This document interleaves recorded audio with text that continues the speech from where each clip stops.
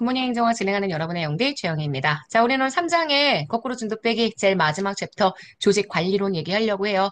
조직 관리론은 제가 계속 얘기했지만 조직의 구조를 바꾸는 게 아니라 관리하는 방법을 약간 변경해서 구조적인 부분을 해결한다기보다는 구조적인 문제를 해결한다기보다는 관리하는 영역에 있어서의 탈관리제를 도입하는 그런 방법이라고 여러 번 말씀을 드렸죠. 그래서 뭐 여러 가지 기법들 저희 책에는 6가지가 소개가 되지만 MBO, 그다음 OD, 그다음 TQM, 그다음 BSC.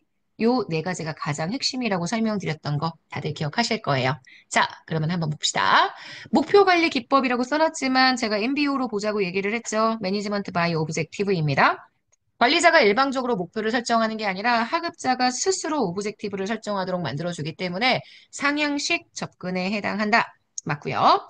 목표 관리 기법은 주기적인 평가가 용이해야 하기 때문에 가능하면 개량적으로 단기적인 목표, 그래서 제가 오브젝티브란 단어의 의미를 정확하게 파악하시라고 얘기를 했고요. 일반적으로 구성원의 관계가 수평적이어야 오브젝티브 설정하기 좋다고 했습니다. 권위주의적 행정 문화에서는 조직원들의 저항이나 갈등으로 인해서 이 MBO를 사용하기 어렵다라고 말씀을 드렸었죠. 자, 여기까지가 MBO 내용이고요. 자, 4번 OD. 해병대 캠프 생각하시면 됩니다. 조직 발전은 조직 구성원들이 성장 욕구를 가지고 있다고 가정하죠. 행태과학 전문가들의 계획적인 개입을 통해 행태를 변화시킬 수 있다라고 봅니다. 그래서 조직 발전의 핵심, 행태과학 전문가들이 의도적, 계획적으로 프로그램을 통해 변화를 시키죠. 그래서 하향식의 개혁 방식이다라고 얘기할 수 있고요. 조직 발전의 주요 기법 중에 제가 제일 중요하게 봤던 게 바로 감수성 훈련입니다. 타인에 대한 관심, 상호작용에 대한 이해를 높일 수 있습니다. 맞습니다. 자, 그 다음 TQM 갈게요. 총체적 품질 관리, 토탈 퀄리티. 아시겠지만 시범적으로 한번 도입해보고 효과적이면 조직 전체에 도입하는 점진적 개선 과정을 통해 TQM을 진행하려고 한다라고 얘기했고요.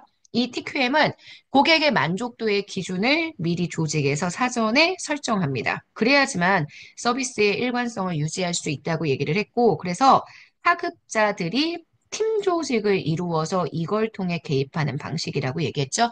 그래서 이것도 팀별 목표 설정, 팀별 보상, 상향식이라고 얘기를 했습니다.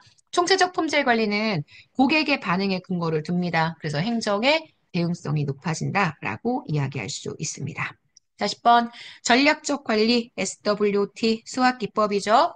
조직이 처한 외부의 환경, 내부의 환경을 아시겠지만 opportunity 아니면 threat. 자, 조직 내부의 역량을 strength, weakness. 이렇게 네 가지의 형태로 분석을 하고 이 환경과 역량을 잘 조합해서 그걸 통해 조직을 관리하고 분석하고자 하는 기법이다. 알고 계시죠? 자, 리엔지니어링.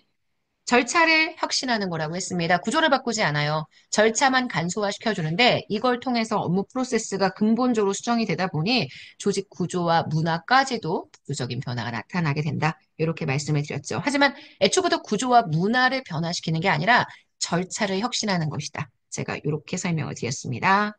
자, 그다음 가장 최근에 성과 지표로서 각광을 받는 BSC 얘기해야 되겠죠? BSC 기업의 장기적인 전략을 중심으로 성과 지표를 도출합니다. 그래서 하향식의 방식을 통해 성과 지표를 도출하고요. 이 BSC의 4대 관점, 재무, 고객, 내부 프로세스, 학습 및 성장.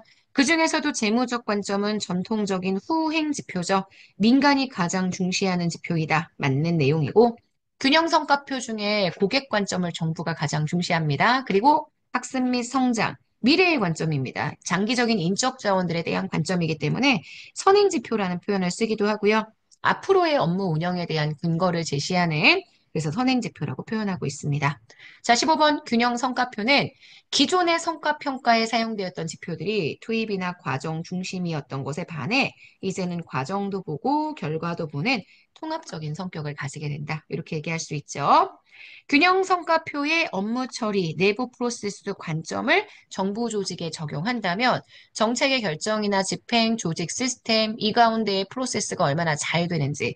그러니까 의사결정 단계가 결국은 프로세스 과정이기 때문에 이 프로세스가 얼마나 잘 움직이고 있는지 이걸 가지고 조직을 평가할 수 있다. 이렇게 볼 수 있습니다. 그래서 균형 성과표는 이전에 지표를 통해서 관리하던 방식, MBO나 혹은 오딘 아니 TQM이나 다 비슷한 관리 관술이죠. 근데 성과 지표의 체계가 이전에 오브젝티브나 토탈 퀄리티보다 훨씬 더 진화되어 있는 균형적인 모형. 그래서 제가 말씀드렸지만 이 BSC 안에 재무적인 관점에서 이미 오브젝티브의 관점이 있고, 그죠? 목표 관리가 설명하는 목표 관리의 관점이 있고, 그 다음 고객 관점에 대한 내용을 통해서 TQM 관점들이 들어가기 때문에 이전에 있었던 지표들에 비해서 훨씬 더 균형적인 지표라는 설명들을 드렸었습니다. 자, 여기까지 보시게 되면 내용은 다 정리를 했고요. 문제 3개만 딱 풀어보고 3장 마무리하도록 하겠습니다. 자, 문제 드릴게요. 1번. 총체적 품질 관리와 MBO에 대한 설명으로 옳은 것 둘 다 인간은 일하고자 한다라는 것을 기준으로 두고 있습니다. 일단 X이론에 기반을 둔다면 관료제 형태의 조직 관리를 해야 되는데 그러지 않죠. 둘 다 Y론에 기반을 두고 있습니다. 그래서 X고요. TQM과 MBO 모두 다 분권화되어 있는 상향식의 방식이기 때문에 양쪽 모두 분권화되어 있는 조직 관리 방식입니다. TQM이 고객 만족도 중심이라면 MBO는 조직 내부의 구성원들이 스스로 오브젝티브 설정하고 이걸 달성하는 내부 성과의 효율성에 초점을 두기 때문에 3번에 를 바꾸어야 맞는 선지가 됩니다. 4번 TQM이 팀 단위의 활동이라면 MBO는 개별 구성원들의 활동을 바탕으로 하죠. 맞습니다. 문제의 정답이 되는 건 그래서 4번이요. 자, 2번 갑시다. 균형성과표에 대한 설명. 제가 균형성과표에서 이렇게 나오면 무조건 틀린다고 얘기했던 거 기억하시죠? 비재무적 지표보다 이렇게 하면 이게 안 돼요. 비재무적 지표, 재무지표 둘 다 중요합니다. 그래서 보다 누구의 중요성을 더욱더 강조한다 이러면 안 되고요. 둘 다 중요하다. 이렇게 얘기해야 되고요. 재무적 관점은 전통적인 후행지표입니다. 매출, 자본, 수익률, 예산 대비 차이, 예시는 맞는데요. 지금 보시는 지표의 유형이 틀렸고요. 내부 프로세스, 개별 부서별 따로따로 일을 처리하는 분업적인 구조는 관료제가 강조했던 구조고요. 그거보다 통합적인 일 처리에 초점을 맞추기 때문에 3번은 X입니다.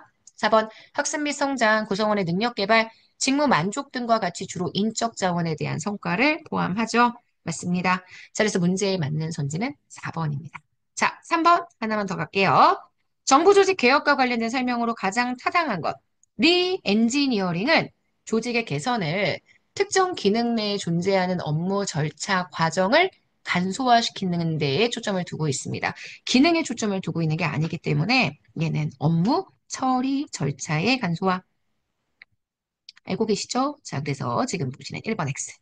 자, 토탈 퀄리티 매니지먼트 TQM은 총체적 품질 관리는 최상의 경쟁 우위를 창출하는 최고 수준의 운영 기업이나 능력을 가진 기업을 연구해서 그 강점만을 활용한다. 여러분 아시겠지만 요거는요 벤치마킹이라는 거고요. 몰라도 돼요. 일단 토탈 퀄리티 매니지먼트는 이렇게 진행하는 게 아니죠. 그래서 X입니다. 참여의 과정을 통해 생산 활동의 단기적인 목표 보자마자 오브젝티브 설명하는구나 이렇게 딱 나와야 되겠지.